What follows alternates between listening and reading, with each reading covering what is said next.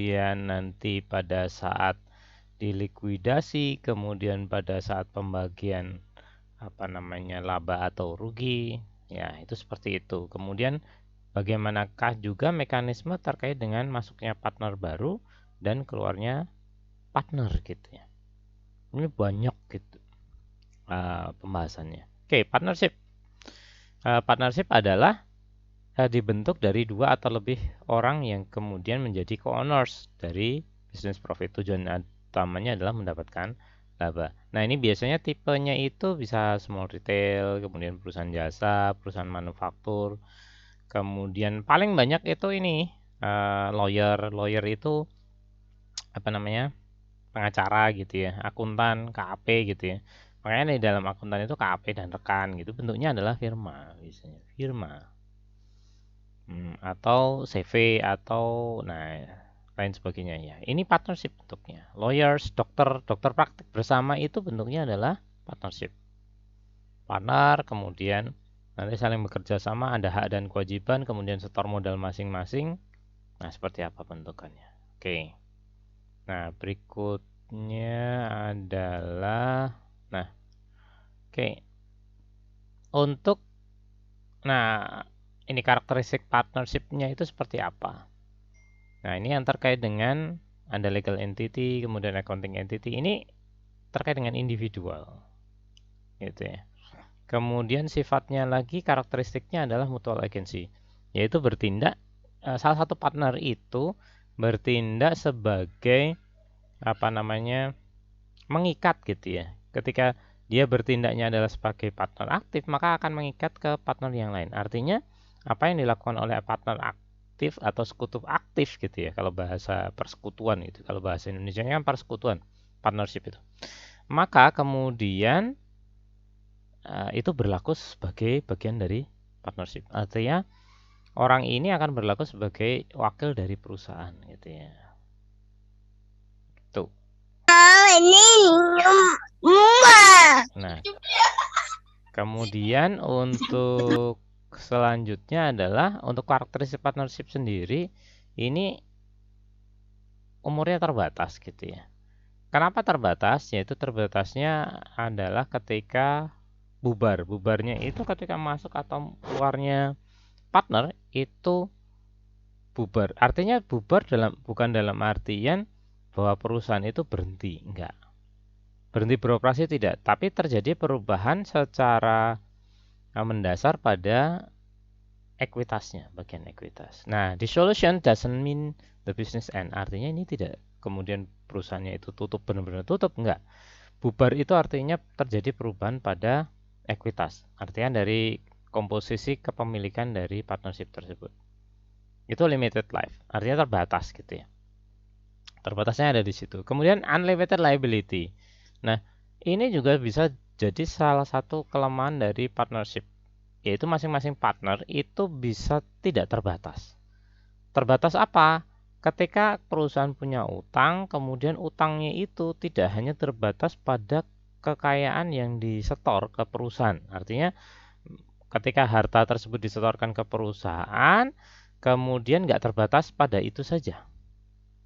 Kalau semua aset-aset perusahaan itu kemudian dilikuidasi, dijual, tapi utangnya itu masih belum ketutup, maka itu sampai dengan personal liability, individually and liable for all partners. Jadi sampai ke personal, artinya sampai ke harta pribadi.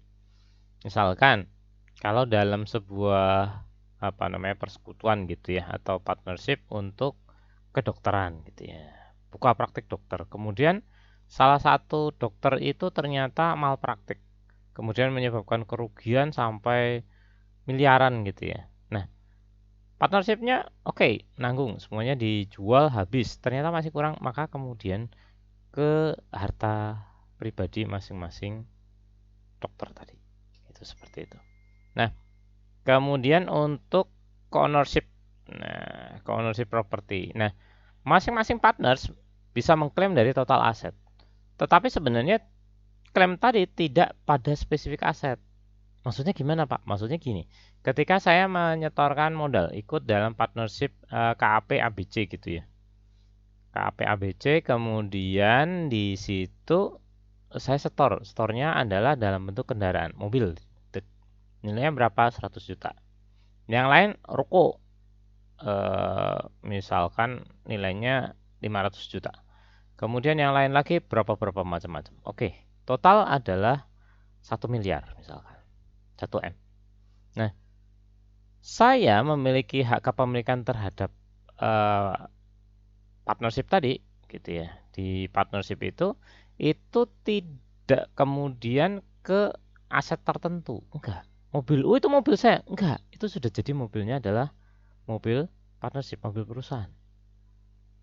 Nah, maka kemudian ketika diklaim, klaimnya adalah senilai 100 juta saja, tidak ke spesifik tertentu, enggak. Semua net income atau net loss dibagi berdasarkan perjanjian gitu ya, equally by the partners.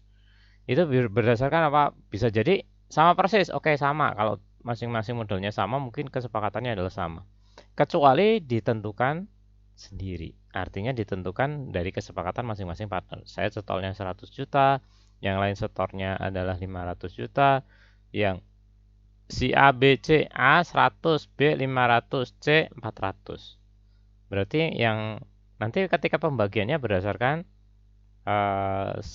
setoran modal misalkan, ya sudah berarti 1:5/4 gitu.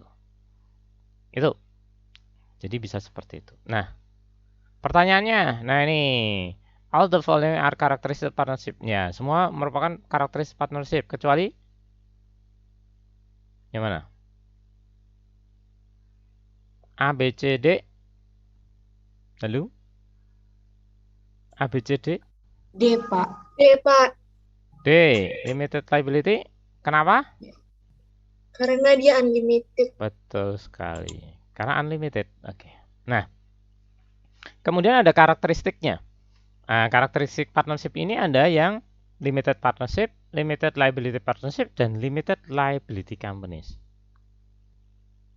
Kalau limited partnership berarti terbatas. Yang dibatasi yang mana? Oke, kita lihat. Nah, ini adalah kalau regular partnership. Kalau partnership yang biasa yang tadi yang saya sampaikan di awal, yaitu apa?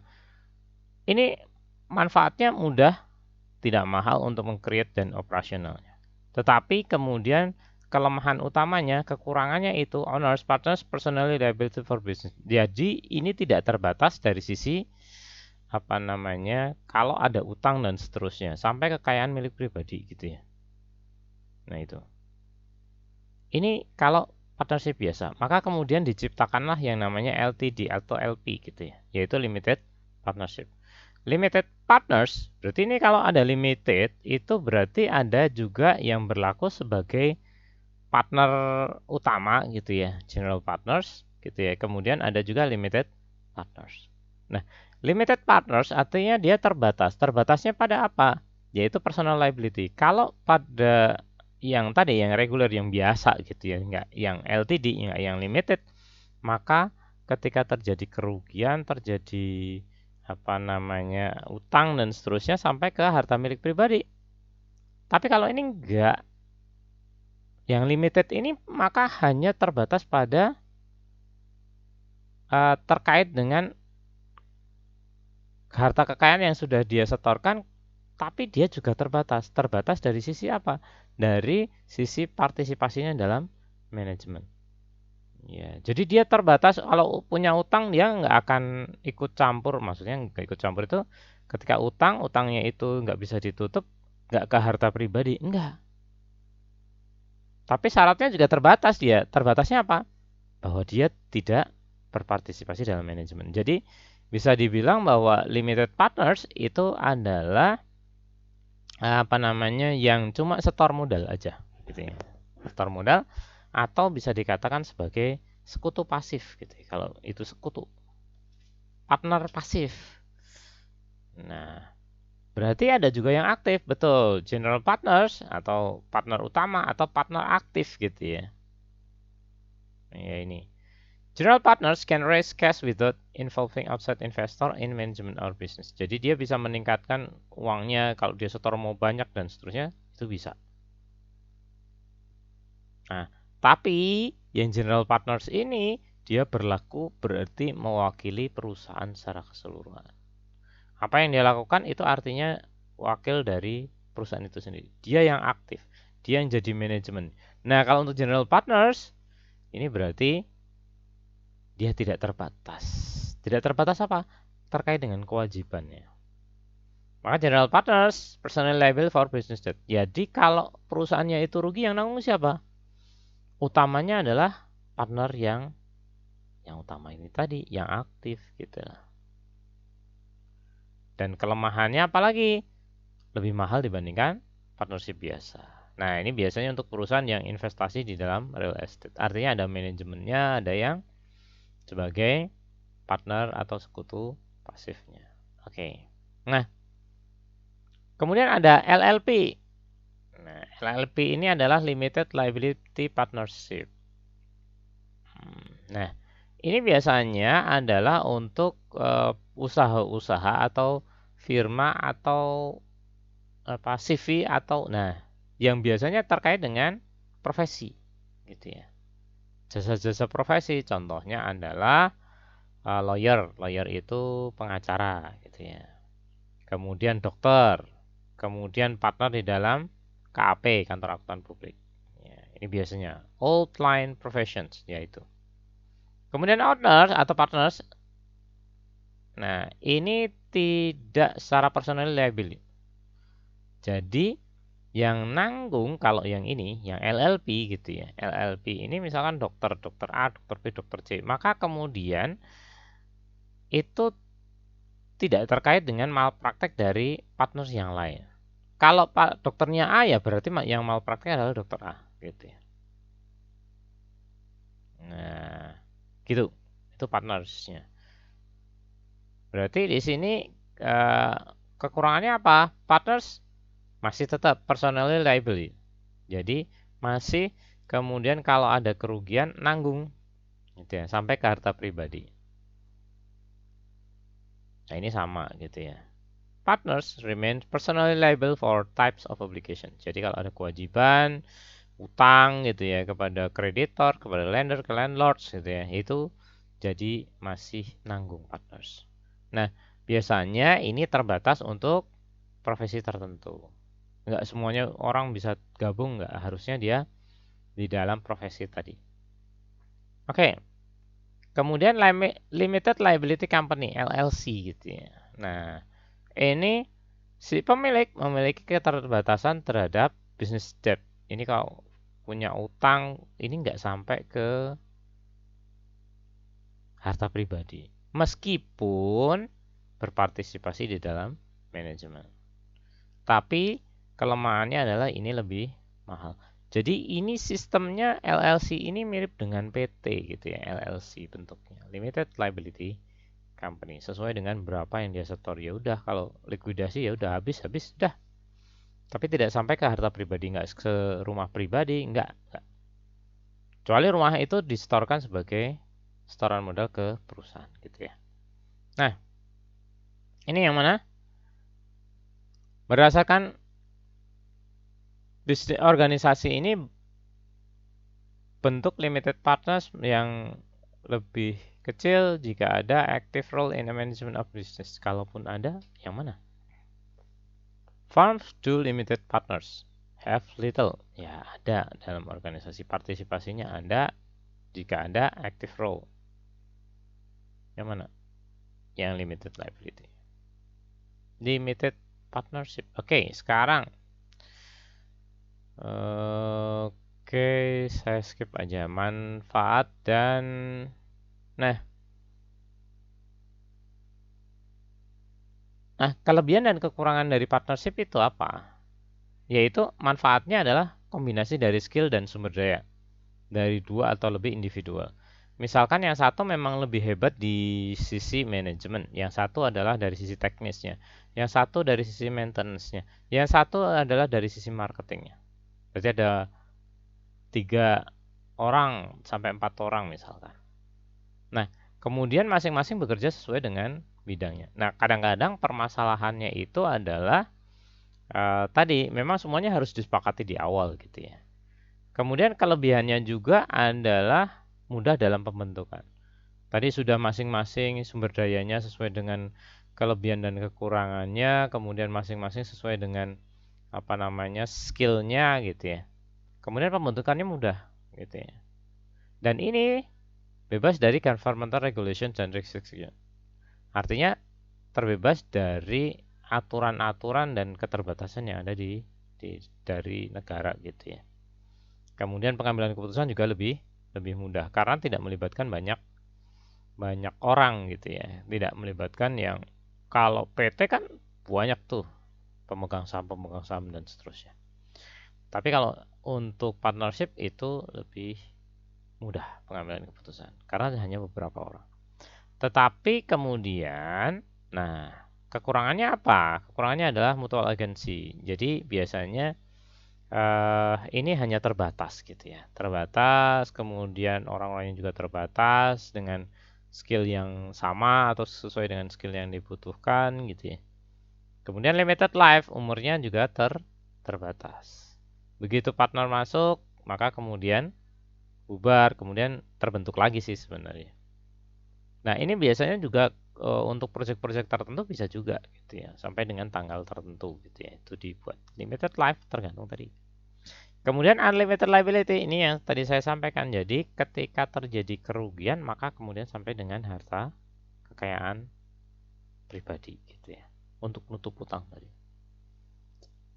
Nah, kemudian spesifikasinya terkait dengan partners, ada nama, kemudian hak dan kewajiban dari masing-masing partners, dasar pembentukan gitu ya, dasar pembagian kalau terjadi laba atau rugi, kemudian ada provisi ketika mundur terkait dengan aset, kemudian prosedur untuk apa namanya kalau ada sengketa gitu ya. Kadang-kadang ketika sebuah partnership itu di awal-awal pas susah-susahnya itu nggak terlalu ribet gitu ya. Tapi begitu sudah muncul adanya laba atau rugi mungkin mulai rame. Makanya kenapa kemudian di sini pembagian income atau net loss-nya ini harus jelas. Kemudian hak dan kewajiban gitu ya terkait dengan partners yang survive gitu ya. Sampai dengan partnersnya kalau meninggal dan seterusnya gimana nanti pembagiannya. Ini yang dibahas di antara partnership pada saat pembentukan. Oke, ini. Nah, kemudian pembentukan. Bagaimanakah pembentukan dari sebuah partnership? Nah, sebuah partnership ini pembentukannya adalah dari masing-masing partners, kemudian setor modal, dari setoran modal tersebut, kemudian baru dicatat sebagai aset perusahaan, dicatat sebagai equity dari perusahaan bagi masing-masing yang setor. Contohnya di sini adalah Rolfe dan Tesi gitu ya. Rolfe itu membentuk perusahaan masing-masing itu punya perusahaan perseorangan. Nah, kemudian ya udah daripada gitu ya. Daripada kita bersaing mendingan kita bergabung gitu ya. Kemudian bergabung. Nah, jadilah partnership. Namanya adalah US Software. Nah, si Rolfe dan C itu memiliki aset sebelum pembentukannya adalah sebagai berikut. Rolfe itu memiliki cash 8.000, kemudian equipmentnya 5.000, akumulasi depresiasi 2.000, kemudian nilai totalnya adalah 11.000. Sedangkan C itu memiliki cashnya 9.000, account receivable-nya 4.000, kemudian allowance for doubtful-nya 700. Sehingga kalau di total nilainya book value-nya dari Rolfe, perusahaannya Rolfe adalah 11.000, sedangkan C adalah 12.300. Nah, sedangkan kalau kita lihat ini adalah book value-nya, sedangkan fair value-nya untuk Rolfe itu 12.000, kemudian C setelah dihitung-hitung oke 12.000 juga ternyata. Gitu. Karena ada penyesuaian gitu ya dari fair value-nya gitu ya. Nah, kalau dalam pembentukan sebuah perusahaan atau penggabungan usaha gitu ya. Ini salah satu bentuk penggabungan usaha tapi dalam bentuk partnership gitu ya. Ini bisa jadi masing-masing punya perusahaan kemudian digabung jadi satu dalam partnership. Maka semua aset dan kalau punya utang ya utangnya itu digabungkan gitu ya. Nah, dalam hal ini tidak ada utang. Tapi semua asetnya itu dinilai berdasarkan fair value-nya, bukan berdasarkan book value. Sehingga kalau cash ya tetap fair value-nya adalah sebesar cash. Gitu ya. Nilainya sama. Berbeda dengan equipment, dan equipment ini dinilai adalah berdasarkan fair value-nya, dianggap sebagai aset baru. Gitu ya. Nah, di sini equipment-nya 5.000, kemudian akumulasi depresiasinya 2.000. Pak, di dalam fair value nggak dicatat lagi, Pak? Nggak. Nah, ini nggak ada, gitu ya. Karena dianggap sebagai aset baru. Artinya sudah dari 5.000 ini kan akumulasi depresiasi 2.000. Harusnya kan 3.000, Pak. Ya, tapi aset tersebut kalau berdasarkan penilaian fair value-nya atau nilai wajarnya itu 4.000. Ya udah 4.000. Berarti tidak ada depresiasi, nggak ada. Maka gitu. Tapi berbeda dengan account receivable. Karena masing-masing itu beda gitu ya. Kalau equipment aset tetap itu adalah berdasarkan fair value, ya sudah nilainya sekarang berapa? Ya dulu 5.000. Kemudian ada akumulasi depresiasi 2.000. Ini kan yang mencatat adalah perusahaan sebelumnya, yaitu punyanya Rolve. Tapi begitu masuk ke dalam perusahaan yang baru, maka nilainya adalah nilai wajarnya sekarang, biasanya menggunakan nilai pasar gitu ya. 4.000. Maksudnya 3.000. Ternyata kalau nilai wajarnya masih 4.000, yaudah catat 4.000. Beda dengan account receivable ya sifatnya. Kalau account receivable itu berdasarkan kemungkinan tertagihnya gitu ya. Sehingga account receivable ini nilainya akan tetap. Yaitu account receivable-nya 4.000 sebelumnya menjadi tetap 4.000. Tapi allowance-nya tetap ngikut. Kenapa? Sifatnya beda. Kalau equipment itu ya nilainya begitu sekarang belinya dulu berapa, sekarang nilainya berapa, gitu aja. Akumulasi nggak ikut, nggak ketika dia pindah perusahaan maka nggak ikut, atau ketika dia dianggap sebagai setoran modal nggak ikut. Berbeda dengan account receivable. Account receivable ini masih ada kemungkinan untuk tertagih, gitu ya. Dia tidak disajikan sebagai net realizable value, ya memang di situ dilaporkan ada allowance, ada cadangannya. Tapi nggak boleh kemudian dihapus gitu aja, nggak, kecuali memang ada apa namanya kesepakatan, atau bukan kesepakatan sih, ada penghapusan gitu ya, kebijakan perusahaan untuk menghapus piutang yang nggak tertagih. Tapi dalam hal ini ada cadangan ya, untuk mengantisipasi bahwa namanya piutang itu ada kemungkinan untuk tidak tertagih. Nah, ini ikut gitu ya. Sehingga account receivable ini nilainya tetap sebesar account receivable di pencatatan di historical cost yang sebelumnya 4.000 ya tetap 4.000. Tapi yang berbeda adalah dari cadangan kerugian piutang. Pak, kenapa cadangan kerugian piutangnya tetap ngikut? Karena ada kemungkinan untuk tertagih. Kalau aset tetap kan nggak bisa. Begitu nilainya segitu ya udah, karena didepresiasi, karena nilainya semakin turun. Nah, ini yang beda ya. Tetapi kalau piutang ada kemungkinan untuk bisa ditagih, sehingga kemudian nilainya tetap. Tapi allowance-nya atau cadangan kerugian piutangnya yang disesuaikan, bertambah. Tergantung risikonya. Kalau risikonya besar ya berarti bisa lebih besar lagi. Dalam hal ini juga lebih besar. Oke. Nah, sehingga pencatatannya bagaimana?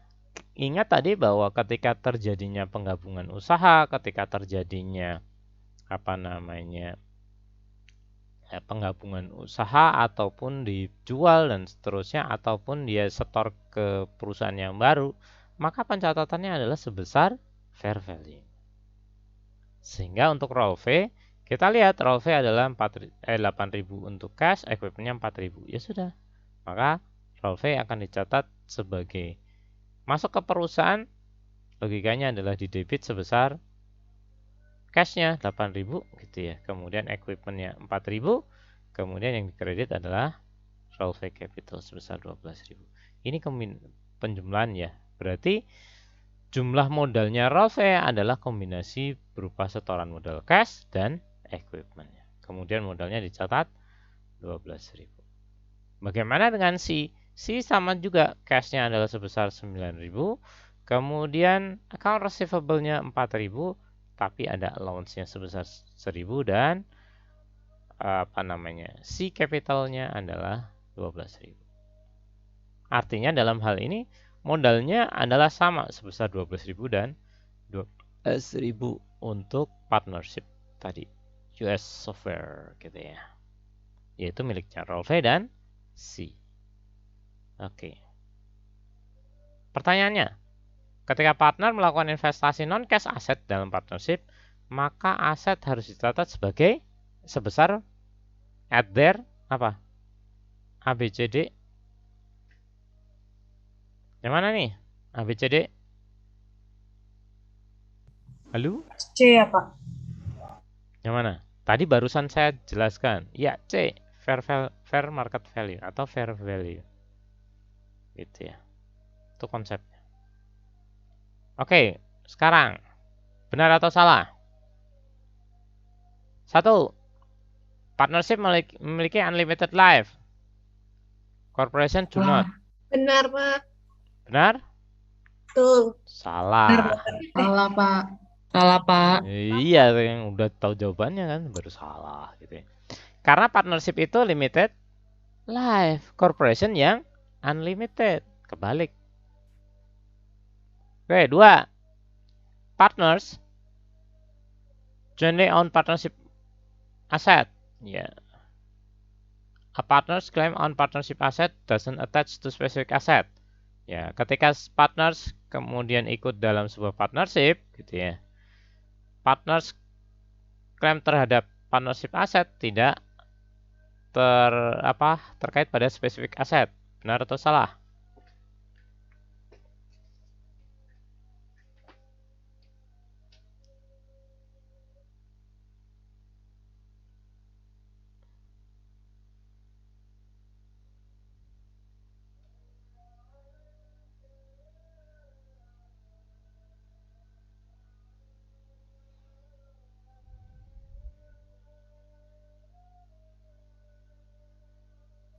Maksudnya gimana, Pak?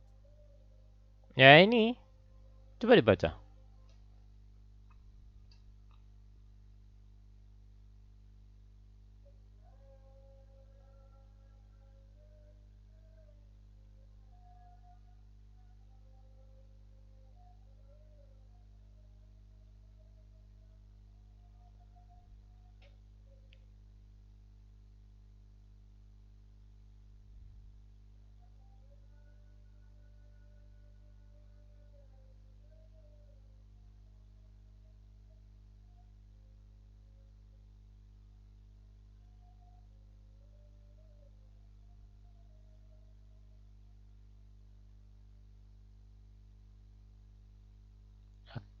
Oke. Yang mana? Benar atau salah? Jadi, ketika partner itu kemudian setor modal ke perusahaan, maka hak kepemilikannya itu tidak melekat pada aset tertentu. Misalkan saya setor mobil gitu ya. Maka kemudian mobil itu kan jadinya adalah dilabeli perusahaan. Maka nilainya 100 juta yang saya setorkan itu tidak pada spesifik mobil tadi. Benar atau salah? Tapi terkait Benar, Pak. keseluruhan. Benar atau salah? Benar ya, Pak? Benar. Emang gitu. Iya. Oke, yang ketiga. Dalam limited partnership, general partners have unlimited liability. Betul nggak? Betul, Pak. Betul, Pak. Betul. Members dari limited liability company memiliki limited liability. Misalkan shareholders, corporation, dan dipajaki oleh pemerintah gitu ya, like per shareholders. Jadi dipajaki. Kalau LLP, ya, Limited Liability Company, LLC, memiliki utang yang terbatas. Artinya kalau punya utang, seperti halnya dengan pemegang saham di perusahaan, dan dipajakin gitu ya, pajak terkait dengan corporate seperti halnya corporate shareholders. Betul atau salah? Salah ya, Pak. Salah. Yang salahnya di mana? Salahnya di mana?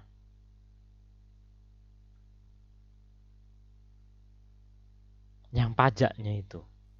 Iya, Pak, yang pajaknya, Pak. Iya, karena dia tidak dipajakin kayak kalau kita punya saham gitu ya. Bedanya itu. Terus, karena mutual agency, ya, tindakan dari salah satu partners itu mengikat ke partners yang lain. Betul atau salah? Betul, Pak. Betul, Pak. Betul. Ya, kalau yang nyimak betul. Oke. Berikutnya, dividing net income or net loss. Oke, sampai di sini ada pertanyaan nggak? Ayo yang lain jangan cuman aktif ketika di absen gitu ya. Absen hadir Pak gitu ya. Tapi begitu apa namanya? Nggak di absen, diem aja. Yuk. Ya, yang join cuma dikit.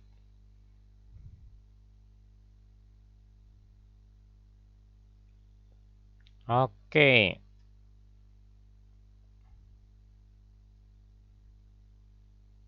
Ya, ada pertanyaan? Sebelum saya tanya? Belum? Sudah belum? Belum? Ya. Oke. Kalau tidak ada pertanyaan, saya anggap udah ngerti ya. Oke. Nah, lanjut. Maka kemudian sekarang kita akan membahas terkait dengan pembagian net income atau net loss. Nah, pembagian net income atau loss ini sebenarnya sama halnya dengan closing entries gitu ya. Kalau dulu kalian pernah belajar tentang closing entries, jurnal penutup gitu ya. Nah, closing entries ini apa sih? Yaitu menutup seluruh akun revenue dan expense ke akun income summary, kemudian income summary ke masing-masing partners gitu ya. Ya, baru kemudian menutup kalau ada drawing account gitu ya.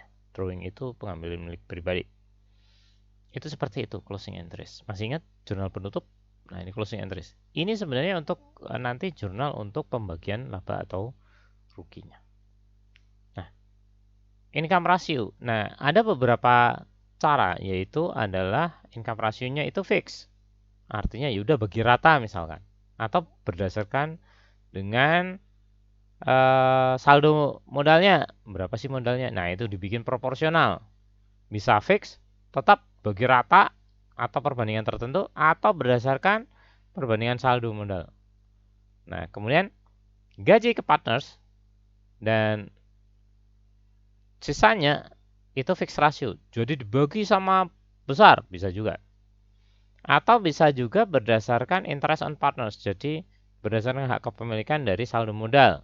Dan sisanya adalah fixed ratio. Sisanya adalah dibagi rata gitu misalkan. Atau bisa juga gaji tertentu ke partners yang aktif. Kemudian hak kepemilikan. Dan sisanya adalah dibagi sama gitu ya. Fixed ratio misalkan. Itu ada banyak kombinasi untuk pembagian besarannya seperti apa. Nah, pertanyaannya, manakah yang benar?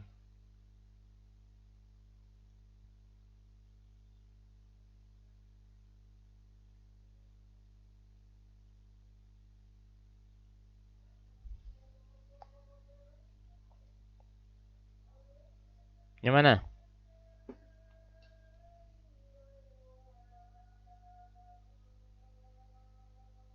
Ah, iya, Pak. Ah?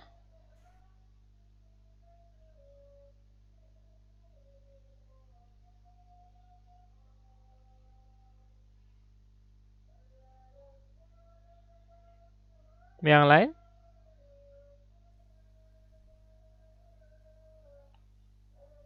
D bukan, Pak.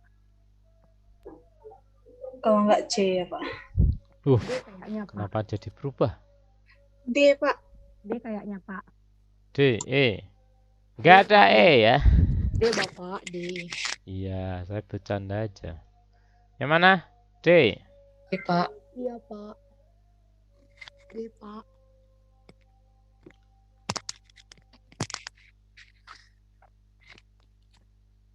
Ya, yang D. Kenapa? Karena sebenarnya kalau gaji kemudian baik ke partners maupun nanti pembagian berdasarkan apa namanya besaran modalnya itu di expense kan.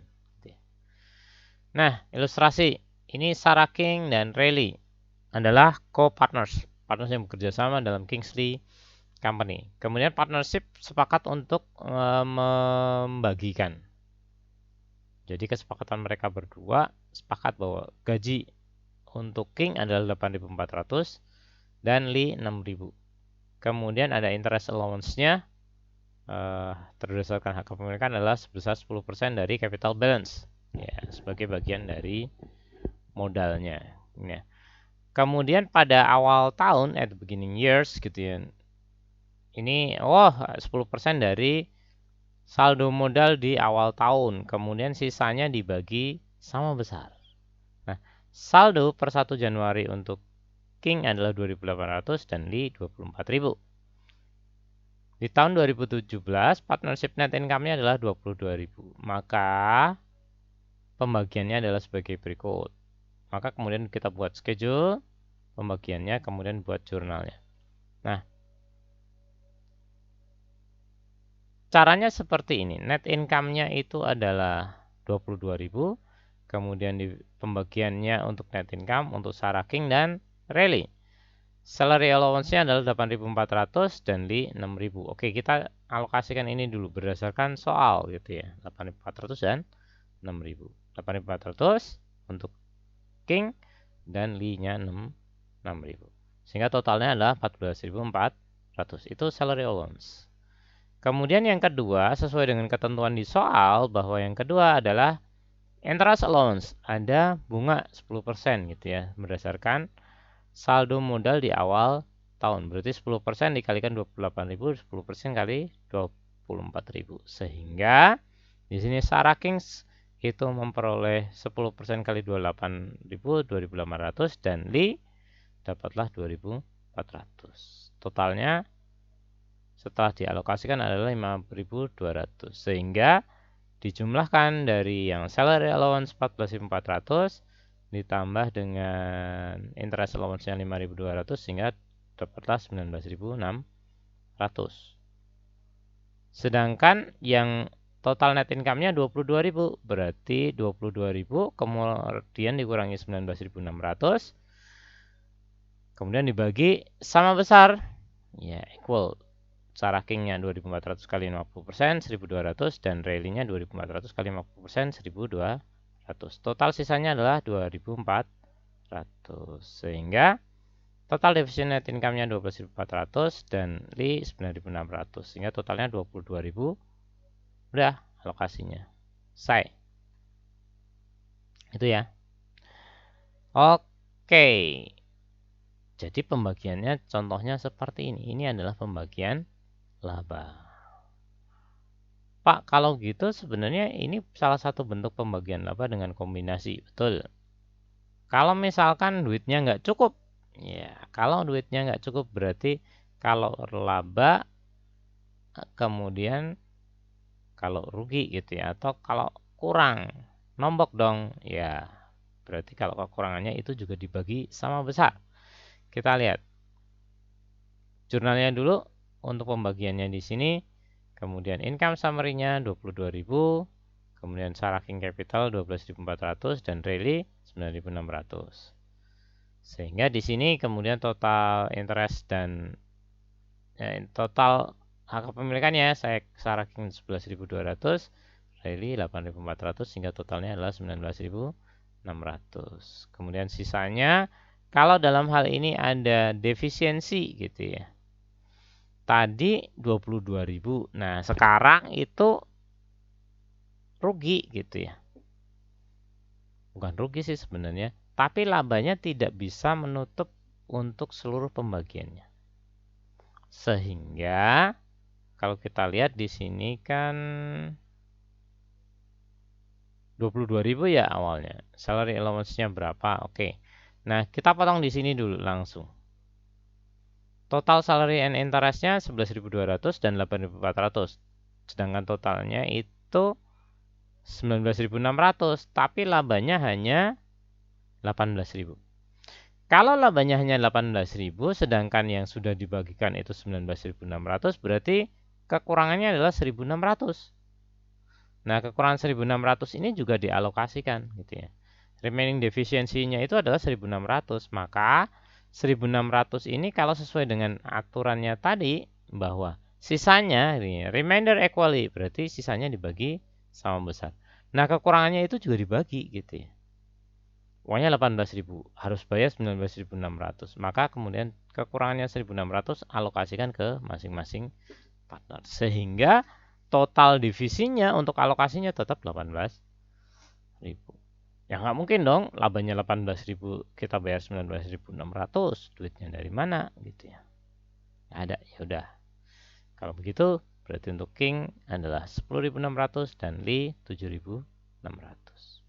Gitu. Sehingga di sini alokasinya seperti itu. Untuk capital statement-nya. 1 Januari sekian tambah, oh ini ternyata ada additional investment, net income-nya alokasinya berapa, kemudian ada drawing-nya berapa, ya sudah jadilah saldo terakhir. Jadi sebenarnya ini adalah laporan perubahan modal gitu ya untuk partnership. Gitu. Ini sama persis seperti kalian di pengantar 1, akuntansi pengantar 1. Hanya bedanya di sini ada modalnya punya 2 orang penjelasannya. Gitu ya. Oke. Nah, kalau untuk balance sheet-nya bagaimana, Pak? Balance sheet-nya ya sama aja, total liabilities-nya 115, kemudian yang berubah itu adalah di owner equity-nya gitu ya. Working capital-nya diambil dari sini 35.400, berarti 35.400. Punyanya Li 28.600. Ini juga 28.600. Total owners equity 64.000. Iya. Jadi 179.000. Oke. Sehingga ini ada pelaporannya. Oke, ada pertanyaan lagi? Enggak ada. Ada kayak mau bertanya? Belum ada? Ada enggak? Terkait dengan pembagian. Oke, kalau begitu lanjut lagi. Nah, ini contohnya di sini ada Lee May Company melaporkan net income-nya 57. Kemudian partnership sepakat untuk membagi gajinya 15.000 ke Lee dan 12.000 ke May. Kemudian membagi sisanya berdasarkan perbandingan 60 banding 40. Kalau tadi sisanya dibagi sama besar gitu ya. Yaitu 60% ke Lee dan sisanya adalah 40% ke May. Lee minta untuk dibagikan net income-nya antar partners dan kemudian membuat yang namanya closing closing entry-nya gimana? Labanya berapa? 57 perusahaan. Oke, silakan coba dikerjakan. Coba kerjakan dulu. Berapa nih? Gimana?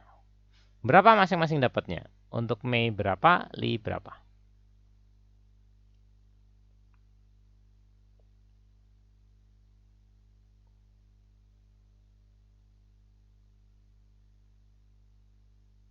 Coba kalian kerjakan.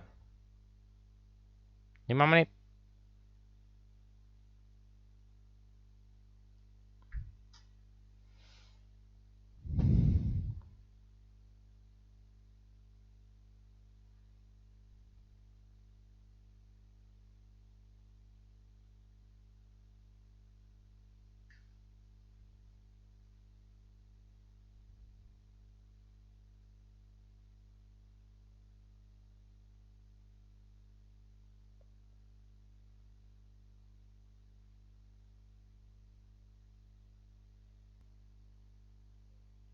Likuidasi gitu ya. Nah, kalau likuidasi bedanya apa? Likuidasi itu artinya bahwa secara legal perusahaan gitu ya. Artinya dari sisi modal semuanya dan sisi ekonomi itu artinya stop, berhenti, tutup. Perusahaan benar-benar tutup, benar-benar nol. Itu artinya likuidasi. Gitu ya. And both legal and economic life. Jadi ini betul-betul stop, habis gitu ya. Maka kemudian untuk likuidasi ini diperlukan apa? Langkah pertama ada 4 step. Yang pertama adalah kalau ada aset non cash maka dijual dulu. Ingat, aset non cash dijual ke cash dan kemudian diakui adanya gain atau loss on realization. Kalau ada gain ya dicatat gitu ya, gainnya itu. Kemudian kalau loss ya kemudian dialokasikan juga. Maksudnya gimana? Nanti ada contohnya gitu ya. Jadi kalau kita jual aset non cash itu apa? Aset non cash ya aset tetap gitu ya. Aset tetap kemudian dijual. Nah, ketika dijual nilainya apakah lebih besar dibandingkan book value? Kalau lebih besar daripada book value, fair value-nya, maksudnya pada saat realisasi, pada saat penjualan tadi harganya lebih besar. Berarti ada gain. Gain itu dialokasikan ke masing-masing pemilik modal atau masing-masing partners gitu ya. Alokasi. Kalau rugi bagaimana, Pak? Dialokasikan juga. Artinya kalau gain atau untung akan menambah modal masing-masing partners. Tapi kalau rugi akan mengurangi modal masing-masing partners gitu ya. Itu. Kemudian yang kedua, alokasi gain atau loss. Nah, ini yang saya tadi sampaikan. Alokasi kalau ada gain ya dialokasikan ke partners berdasarkan income ratio. Jadi income ratio yang tadi yang sebelumnya itu dipakai juga ketika dilikuidasi. Kemudian yang ketiga adalah membayar utang. Itu ya. Liabilities in cash. Kemudian kalau masih ada sisa maka kemudian didistribusikan ke masing-masing partner berdasarkan saldo modalnya. Pak, kalau jika kemudian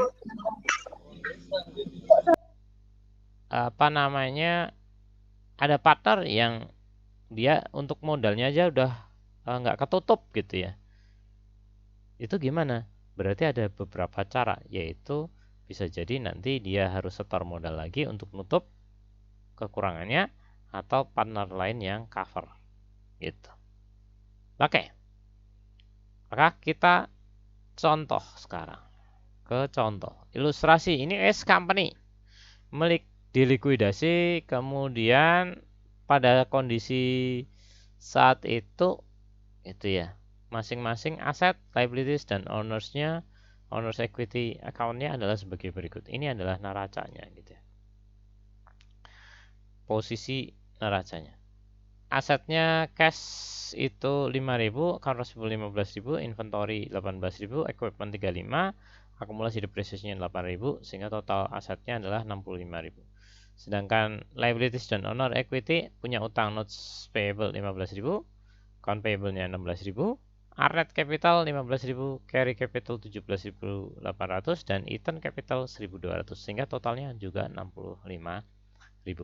Nah, ini dilikuidasi. Kalau kita melihat dari tahapannya adalah bahwa di sini partnersnya gitu ya. S company sepakat untuk melikuidasi partnership dengan kondisi atau syarat sebagai berikut. Nah, partnership menjual non-cash aset ke Jackson Enterprise sebesar 75.000 cash. Artinya dijual semua asetnya. Nah, ini jual semua non-cash aset termasuk account receivable ke Jackson.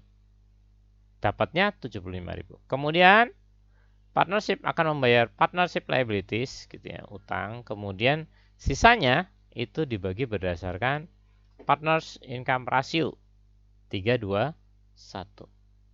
Oke. Pertama adalah penjualan aset non cash, account receivable, inventory, dan equipment sebesar 75.000. Book value dari masing-masing aset tadi total asetnya adalah 60.000, yaitu 15.000, 18 tambah 35. Kemudian dikurangi akumulasi depresiasi 8.000 sehingga jurnal untuk menjual. Untuk pencatat non cash asetnya adalah cashnya 75, kemudian akumulasi depresiasi 8.000, receivable 15.000, inventory 18.000 dan aset tetapnya equipment 35.000 serta dapat gain on realization 15.000. Maka gain ini nanti harus dialokasikan ke masing-masing partner. Oke. Maka kemudian mencatat alokasi gain ke partners. Berarti gain on realization yang 15.000, Arnet capitalnya adalah 7.500, carry capitalnya 5.000 dan eaten-nya 2.500. Ini diperoleh dari 15.000 dikali 3/6. Kemudian 15.000 dikali 2/6 dan 15.000 dikali 1/6. Loh, kok per 6 Pak? Ya, karena tadi pembagiannya rasionya, income rasionya adalah 3, 2, 1. Kalau kita jumlahkan adalah 6. Bagiannya Arnet adalah 3, berarti 3 per 6. Bagiannya Kere 2, berarti 2 per 6. Bagiannya Ethan adalah 1 per 6. Kemudian dikalikan dengan gain-nya. Oke. Nah, kemudian mencatat pembayaran kepada kreditor. Utangnya berapa? 15.000 notes payable, account payable 16.000, berarti totalnya adalah 31.000. Ya sudah, cash 31.000. Kemudian distribusi terhadap cash sisanya. Arnet capital 22.500, carry capital 22.800 dan Ethan-nya 33.700. Cash-nya 49.000. Sehingga masing-masing buku besar untuk cash, kemudian capital itu adalah sebagai berikut. Cash-nya itu awalnya saldonya 5.000, kemudian penjualan aset 75, kemudian pembayaran utang 31, sehingga saldonya adalah 49. Arnet capital 15.000, kemudian tambah 7.500 itu dari alokasi gain. Carry capital demikian juga 17.500, kemudian dapat 5.000, kemudian untuk Ethan 1.200 dan dapat alokasi 2.500, sehingga masing-masing posisinya adalah sebagai berikut. Nah, maka kalau kita buat schedule payment-nya adalah sebagai berikut. Ini cara mudahnya ya. Nah, perhatikan di sini ada cash-nya 5.000. Ini adalah saldo awal. Balance before liquidation 5.000. Kemudian non cash asetnya 60.000. Utangnya 31, 31.000. Kemudian arnet capital 31 ini terdiri dari notes dan account payable. Arnet capitalnya 15.000, carry capitalnya 17.800 dan Ethan-nya adalah 1.200. Kemudian di sini ada sell of non-cash asset dan allocation gain. Maka ketika non-cash asetnya itu 60.000, terjual 75, ya udah berarti cash-nya 75.000. Maaf. Kemudian non-cash asetnya berapa? 60.000. Nah, ketika terjadi penjualan 60.000, ya udah dijual, berarti dikurangi minus ya. Akhirnya 0. Sedangkan cash saldonya 80.000. Kemudian dialokasikan gain. Tadi sudah kita hitung untuk Arnet 3, 2, 1 gitu ya. Arnet 3 per 6 kali 15.000 dapat 7.500. Carry capital 2 per 6 kali 15.000 5.000 gitu ya. Kemudian Ethan adalah 1 per 6. 1 per 6 dari 15.000 yaitu 2.500. Sehingga masing-masing saldonya untuk cashnya itu 5.000 tambah 75, 80. Non cash asetnya 0 karena sudah dijual. Utangnya 31.000 masih tetap belum dibayar. Arnet capitalnya adalah 15.000 tambah 7.500 dapatlah 22.500. Carry capital 17.800 ditambah 5.000 dapatlah 22.800. Kemudian Ethan capitalnya adalah 1.200 tambah 2.500 dapatlah 3.700. Kemudian step ketiganya adalah bayar utang. Pembayaran utang. Oke, utangnya berapa? 31. Maka kita kurangi 31 untuk dari sisi utang. Tapi demikian juga akan mengurangi cash karena bayar utangnya pakai cash. Sehingga saldo baru adalah cashnya 80 dikurangi 31, 49. Ini habis, kemudian Arnet capital masih tetap 22.500, carry capital 22.800 dan Ethan capital 3.700. Nah, sisanya adalah 49. Nah, 49 ini kemudian dialokasikan untuk bayar mengembalikan modal. Modalnya Arnet 22.500, carry capitalnya 22.800 dan Ethan capitalnya 3.700. Sehingga saldo akhirnya adalah 0. Habis. Nah, inilah yang disebut yang namanya likuidasi. Kalau likuidasi itu nih, 0, habis. Jadi secara ekonomis maupun secara legal itu perusahaan tutup. Berbeda dengan masuk atau keluarnya partners gitu. Dan ini adalah kasusnya no deficiency capital, tidak ada kekurangan gitu ya. Bagaimanakah kalau ada kurangnya? Nah, oke. First stepnya apa? A, B, C, D? D, Pak. D, Ya. Pak. Betul. Jadi kalau mau dilikuidasi itu harus dijual aset non cashnya. Dikonversi. Semua dikonversi jadi cash. Oke. Jika ada partner dengan capital deficiency kemudian tidak mampu untuk membayar jumlah yang harus dibayarkan atau utang dari perusahaan, maka deficiency ini dialokasikan ke partners dengan credit balance. Ya, credit balance ya. Sama berdasarkan income ratio atau berdasarkan capital balance atau original investment. Investasi awal. Ya, tergantung basis income ratio kalau kurang. Gitu ya. Oke, ini no capital deficiency. Oke, coba kerjakan yang ini. Jadi,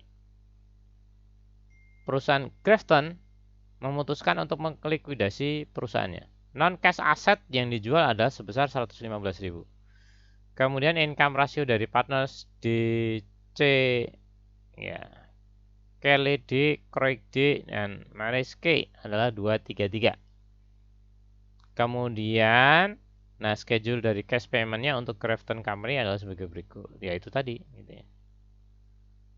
Nah ini ya, saldo awal cashnya 10.000, non cashnya 85, liabilitiesnya 40, kemudian Kelly Capital 15, Craig 35, dan Marais itu 5.000. Oke, coba kalian kerjakan sebentar.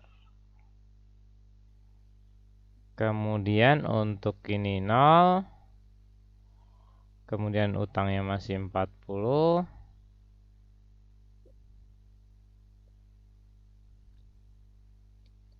Terus ini kali jadi berapa? 22.500. Oke, 22.500.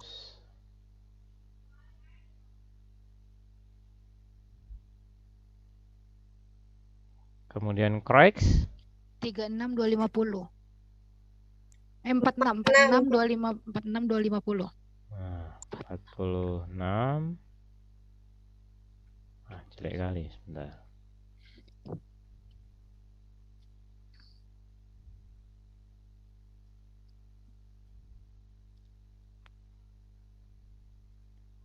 Empat enam ya.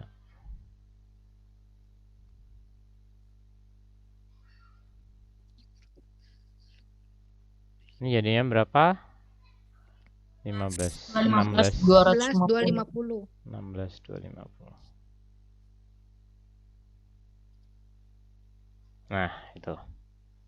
Kemudian sekarang bayar utang. Nah, kalau bayar utang, utangnya 40.000 kan? Ya, Ya, Iya, kita kurung 40.000 di cash karena berkurang. Oke, kemudian yang di sini juga utangnya berkurang. Iya, karena dibayar. Kalau utangnya dibayar bertambah, rugilah. Mendingan nggak bayar utang kan? Sehingga di sini masih sama. Di sini pay liabilities nggak ngaruh, sehingga new balance-nya jadi berapa? 85.000. 85.000, Pak. Oke.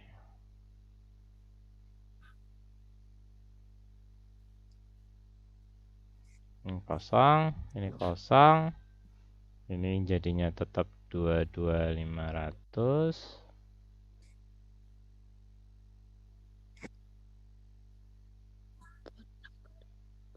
Di sini 46.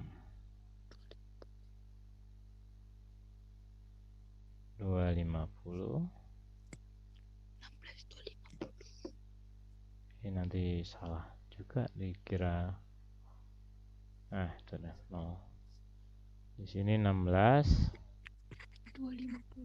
2 5 0. Nah, kemudian cash distributions ya sudah di sini kurung 85 gitu ya. Habis. Jadi di sini kurung nggak ada. Ini kurungnya adalah 22.500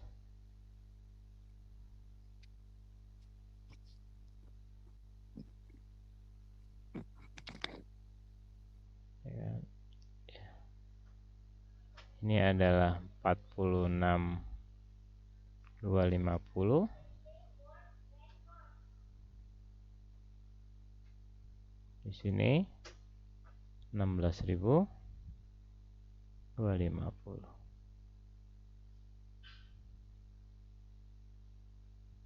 Oke. Sehingga final balance-nya 0 0 0 0 0 0. Ya, gitu ya. Oke. Jadi mudah ya. Tuh, yang paling penting adalah informasinya dapat, kemudian kalian bisa memahami. Nah, ini adalah salah satu contoh untuk likuidasi. Oke. Ada pertanyaan? Ada yang ingin ditanyakan? Belum ya? Mudah sekali. Oke, nah ini berarti saya hapus semua nih, kalau enggak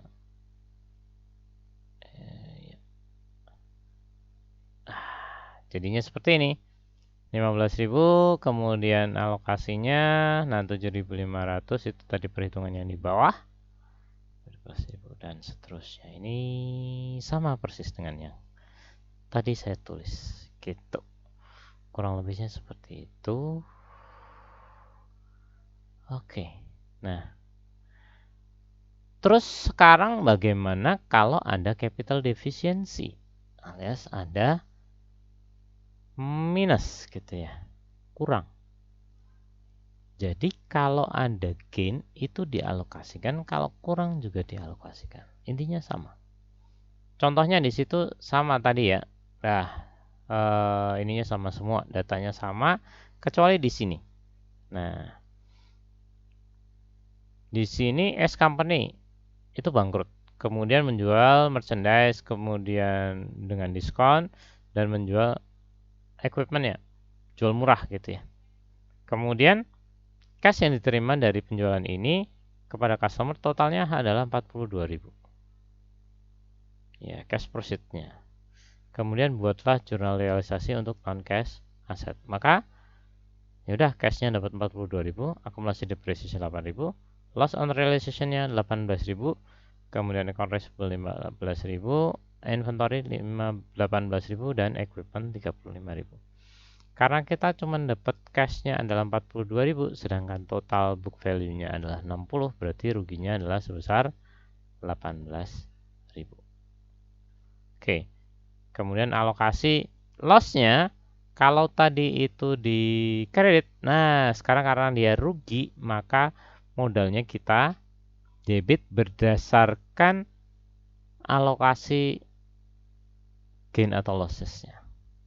Nah, net capital di sini adalah 18.000 kali 3/6, dapatlah 9.000, carry 6.000, kemudian return-nya 3.000. Sedangkan loss on realization-nya adalah 18.000. Nah, ini kemudian nanti kita alokasikan lagi.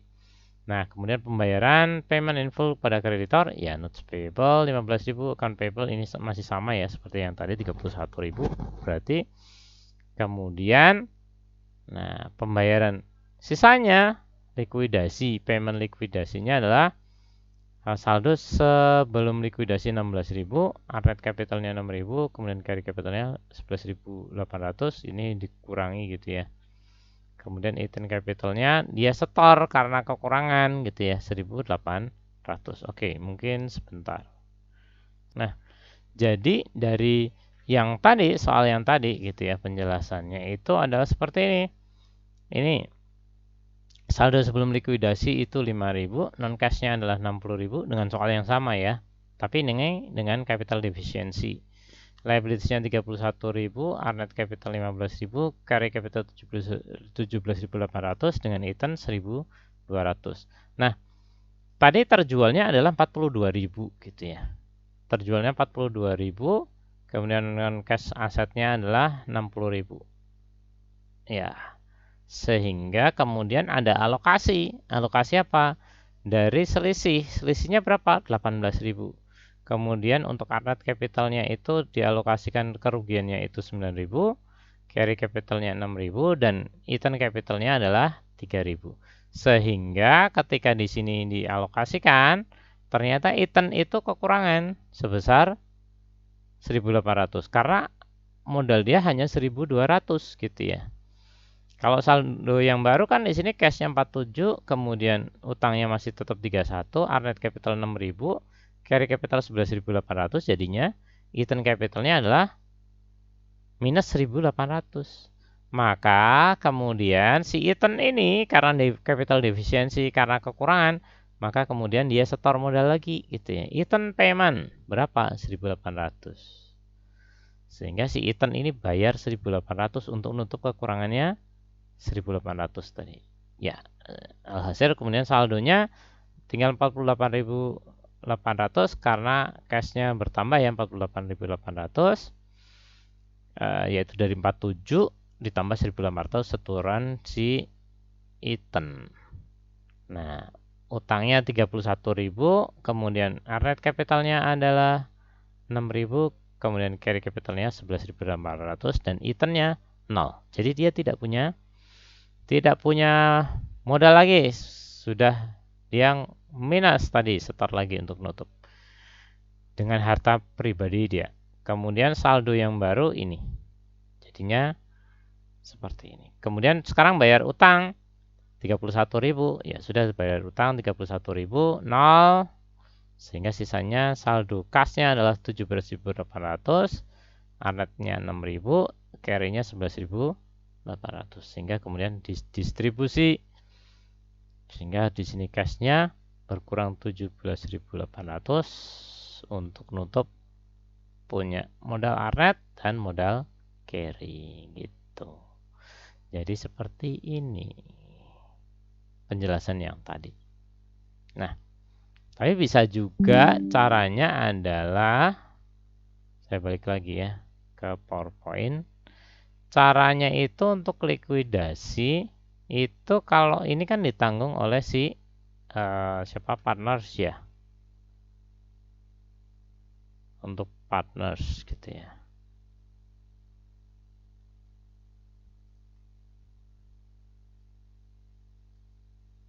Nah, bagaimanakah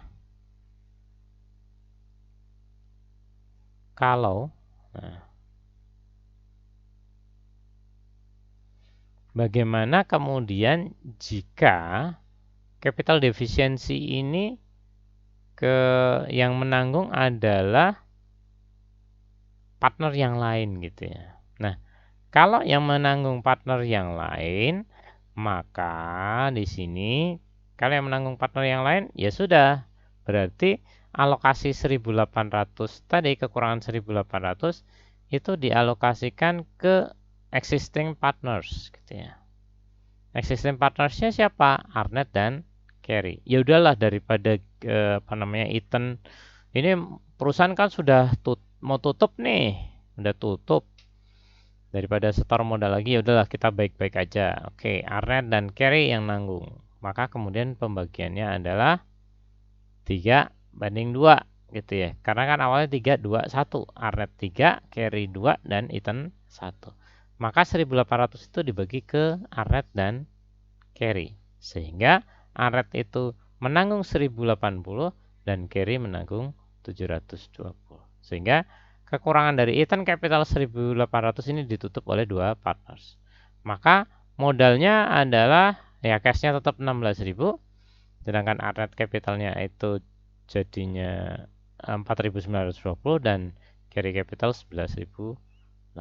Sehingga di sini jurnalnya adalah arnet capital 1.080, kemudian carry capital 720, dan ini untuk Ethan capital 1.800. Sedangkan untuk pembagian pembayaran cashnya atau pengembalian modalnya, arnet capitalnya adalah 4.920, kemudian carry capital 11.080 dan cashnya 16.000. Jadi seperti itu. Oke. Ada yang mau ditanyakan lagi? Belum ada? Kalau belum ada, saya selesaikan sekalian. Nanti saya berikan tugas, dan tugasnya itu bisa kalian kerjakan. Kemudian nanti di hari Selasa kita coba bahas tugasnya gitu ya. Oke, sebentar. Oke, nah satu lagi, ini terkait dengan admission gitu ya. Admission partners gitu.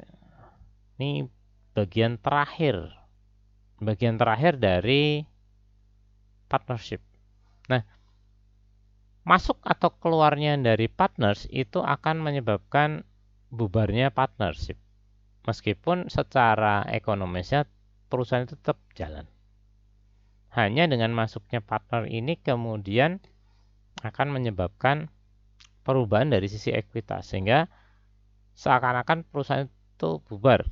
Sebenarnya bubarnya itu hanya dari perubahan hak kepemilikan saja. Nah, maka kemudian masuknya partnership yang baru ini mengakibatkan adanya dissolution atau pembubaran dari partnership yang awal, kemudian membuat partnership yang baru. Seakan-akan begitu, karena terjadi perubahan di ekuitas. Nah, partner yang baru itu bisa masuk melalui partnership, yaitu melalui apa? Satu, pembelian dari saham gitu ya. Hak kepemilikan satu atau lebih partnership. Beli. Kalau melalui pembelian ini berarti adalah setorannya tidak ke perusahaan, tetapi setorannya adalah ke orang yang dibeli hak kepemilikannya. Jadi tidak ada cash yang masuk ke partnership atau perusahaan. Yang kedua adalah melakukan investment di dalam partnership. Oke. Maka contohnya di sini. Di sini adalah Larsen sepakat untuk membayar 10.000 ke Ames dan di Baker untuk mendapatkan 3/3 dari hak kepemilikan Ames Baker Partnership. Nah, pada saat masuknya Carson, masing-masing partner yaitu sebesar punya hak kepemilikan modal 30.000. Nah, kedua partners kemudian memberikan 10.000 capital equity-nya. Sehingga masing-masing jadinya 20.000 ya. Jurnal untuk mencatat masuknya Carson adalah sebagai berikut.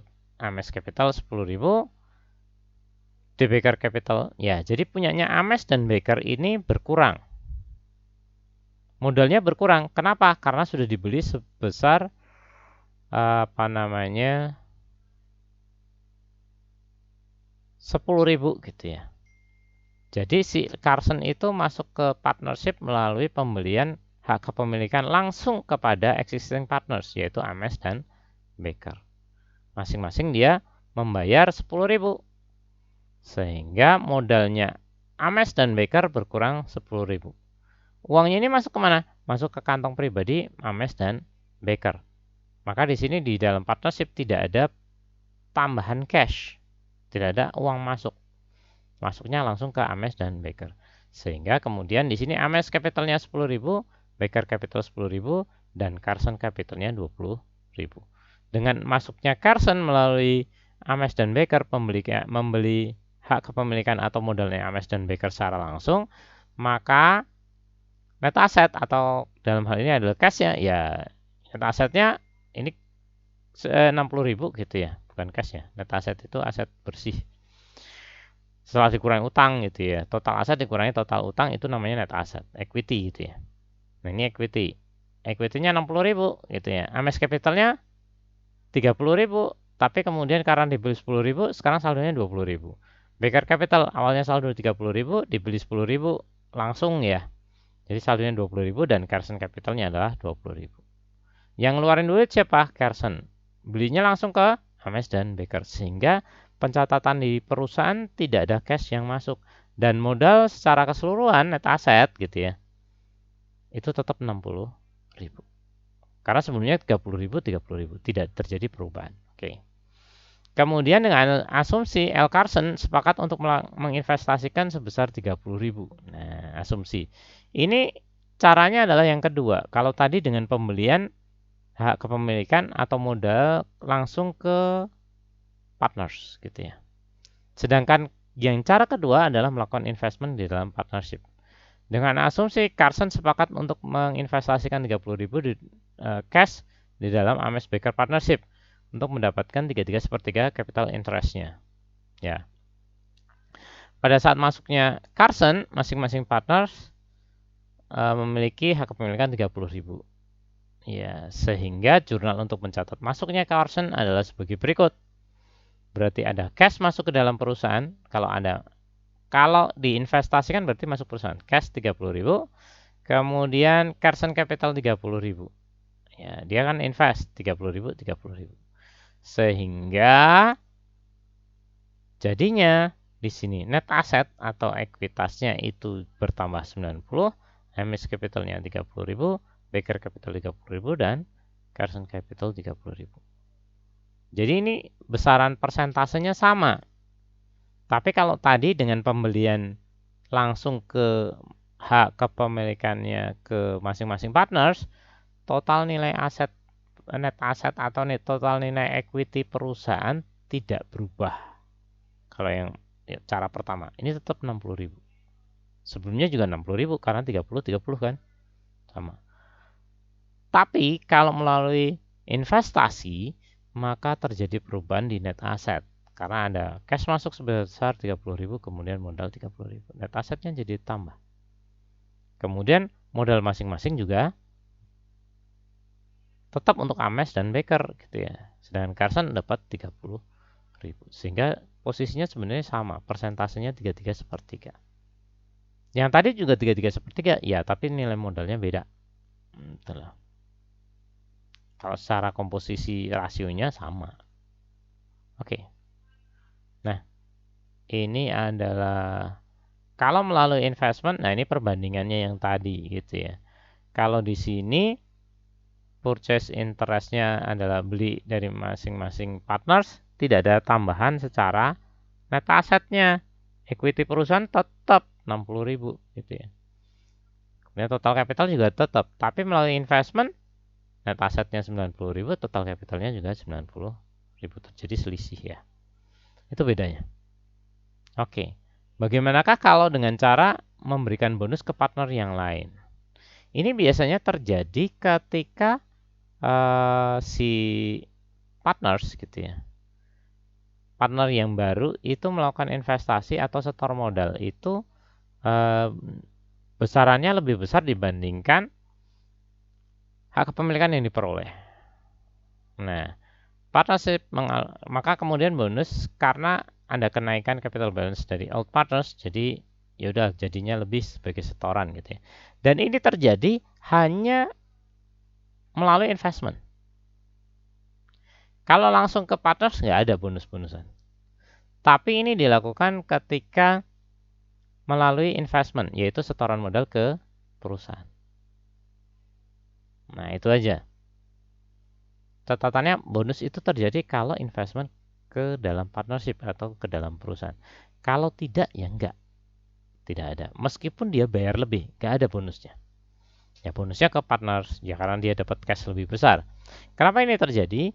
Karena biasanya partners yang baru ini menganggap bahwa partnership ini bagus gitu ya. Menghasilkan banyak uang, maka kemudian ya udah kalau setor modalnya ya berarti nggak bisa seperti cara yang sama, cara yang lama sebelum partnership itu berkembang gitu ya. Sehingga di sini menghasilkan partners investment dalam perusahaan lebih besar dibandingkan capital credit dari masuknya partners. Sehingga di sini bonus tersebut menghasilkan kenaikan dari saldo modal dari partners yang lama, kemudian partnership mengalokasikan bonusnya berdasarkan besaran masuk setelah masuknya. Ya. Nah, tapi kalau besaran bonusnya itu adalah berdasarkan income ratio sebelum masuknya partner yang baru. Oke, ilustrasinya. Jadi diasumsikan bahwa Bart Cohen Partnership dimiliki oleh Sam Bart dan Tom Cohen. Total saldo modalnya adalah 120.000. Lea Eden itu ya, mengakuisisi 25% hak kepemilikan dari Sam Partnership. Sehingga dia mengeluarkan cash investmentnya sebesar 80.000. Kemudian prosedur untuk masuknya Eden Capital ya adalah sebagai berikut. Yaitu tentukan total modalnya dulu. Total modal setelah partnership yang baru gitu ya. Jadi cara ngitungnya berapa bonusnya, kemudian berapa hak kepemilikannya dan seterusnya, itu kita hitung total modalnya. Modal awalnya itu 120. Kemudian ditambah dengan cash investmentnya 80.000 partner yang baru. Berarti totalnya adalah 200.000.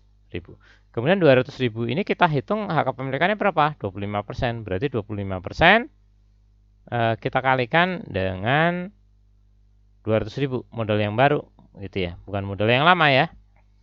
Tapi modal setelah si partner baru masuk. Kemudian kita hitung dapatlah 50.000. Nah, berarti hak kepemilikan dengan uang yang disetorkan itu tidak sama. Si Lia Eden itu dapat 50.000, sedangkan uang yang dia setorkan 80.000. Berarti 30.000-nya ini apa? 30.000 itu adalah bonus. Bonus ke partner yang lama. Nah, cara menentukan bonusnya adalah sebagai berikut. Partners yang baru itu 80.000, nilai investasinya 5.000, sisanya adalah 30.000. Maka 30.000 ini dibagikan berdasarkan perbandingan kepemilikan atau berdasarkan income ratio, tergantung di soal ya. Kalau income ratio ya income ratio. 60/40 ya sudah, 60 ya dialokasikan aja di sini 30.000 kali 60%, 30.000 kali 40%, sehingga dapatlah 18 dan 12.000, total 30.000. Sehingga jurnalnya adalah untuk masuk ke partnership berarti cashnya di debit 80.000, kemudian semuanya nambah ya, Sembart capitalnya 18.000, Tom Cohen 12.000 dan Lia Eden 50.000.